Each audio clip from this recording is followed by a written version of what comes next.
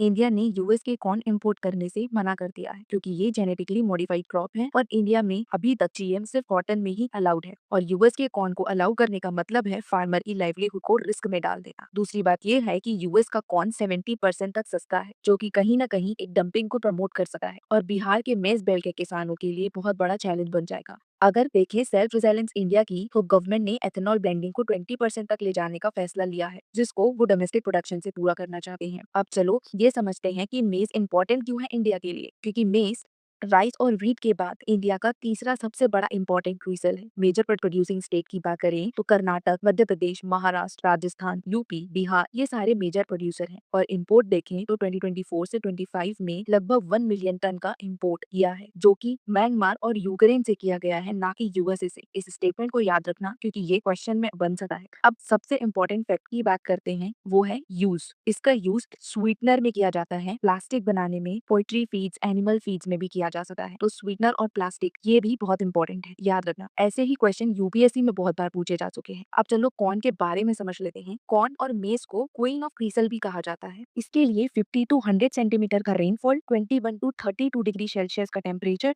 And old alluvial and nitrogen rich soil सबसे best है। इसको खरीफ, राबी एंड जैद तीनों सीजन में उगाया जा सकता है, लेकिन 83% प्रोडक्शन जो होता है वो खरीफ सीजन में ही होता है। इसमें एमएसपी भी मिलती है और गवर्नमेंट भी इसको बहुत सारे इनिशिएटिव से सपोर्ट करती है, जैसे कि hybrid breeding support system, technology mission on मेज एक्सेट्रा। तो ये था सारी इन्फॉर्मेशन अबाउट मेज। फिर मिलते हैं ऐसी इन्फॉर्मेटिव वीडियो के साथ। जय हिंद, जय भारत।